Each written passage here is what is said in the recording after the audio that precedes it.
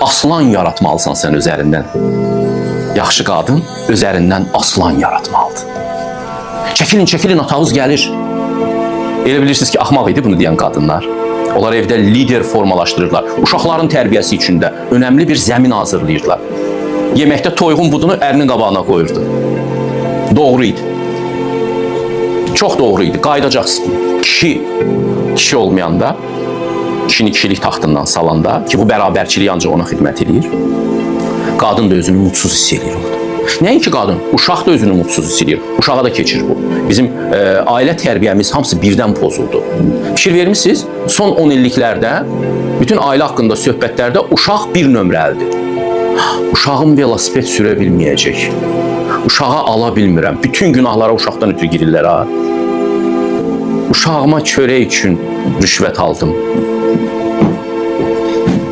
Uşaq güya ki, həyatın mənbəyiymiş. Uşağa o qədər diqqət verirlər ki. Dünən bir qohum ailədə balaca oğlan uşağını gördüm, nənəsi əzizləyir. Böyük bacısına irad bildirir ki, uşağın xətrinə dəymə. Dedim, siz nə edirsiniz? Siz monster yetişdirmək istəyirsiniz bu uşaqda. Nəfsli varlıq deyib, bu həmən monster olacaq. O dəqiqə biləcək ki, sizi necə manipulyasiya eləmək olar. Bir yaşı da olsa bunu hiss eləyir. Bütün nəfsli varlıqlar eynidir. İt, pişik, insan hamısı eynidirlər. Hiss eləyirsə ki, səni nə ilə manipulyasiya eləmək olar, həmən başlayır o strategiyanı işə salmağa. Bütün ailəni doluyur barmağına. Mən ağlayaram ha bu dəqiqə. Mənim istədiyimi eləməlisiniz. Səsi ilə bir çığırtığını göstərir.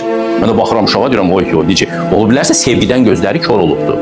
Görmürlər ki, monster yetişdirirlər. Deyirəm, uşağa açıq şəkildə demək lazımdır ki, evdə birinci atadır, ikinci anadır, sonra bax bu böyük uşaq, sonra bu, sən ən axırda durursan. Ən axırıncısan status etibarilə. Onun statusunu ona demək lazımdır. Nəfsli varlıqlara mütləq statusunu göstərməlisən. Və yalnız onda xoşbaxt olur. Siz təsəvvür edin ki, uşağın üstünə o qədər diqqət düşür ki, uşaq birdən deyir, həqiqətən də mən həyatın mənasıymışam. Amma bizim Kitab-ı Dədə Qorqudda nə tər deyilirdi? Sən sağ ol, atam sağ olsun. Mənim kimi bir dənə oğul tapılmaz mı olur? Bunu oğul deyir, yerini bilirdi çünki. Uşaqları həyatın mənası elər. Uşaqlar bizim gələcəyimizdir. Sən yoxsansa, uşaqlar sənin heç nə. Evdə subordinasiya olmalıdır. Allah elə bunu açıq şəkildə deyir. Həm Quranında, həm Bibliyasında, İncilində açıq şəkildə deyir, qadının yeri kişidən sonra. Həzm eləyim. Ona görə də min illərdir qadın tərbiyə eləyəndə deyirlər, qadınsan belə otururdu. Tabi olmaq öyrədirdilər qadına. Ən çox belə şoka gətirən bir şeydir. Qaynatasının qaynanasının ayaqlarını yuduzdururdular. Ərinin ayağını yuduzdururdular. Ritual idi. İndi bunda ancaq alçalma görürlər. Marksistlər axı. Bizi alçaltdılar.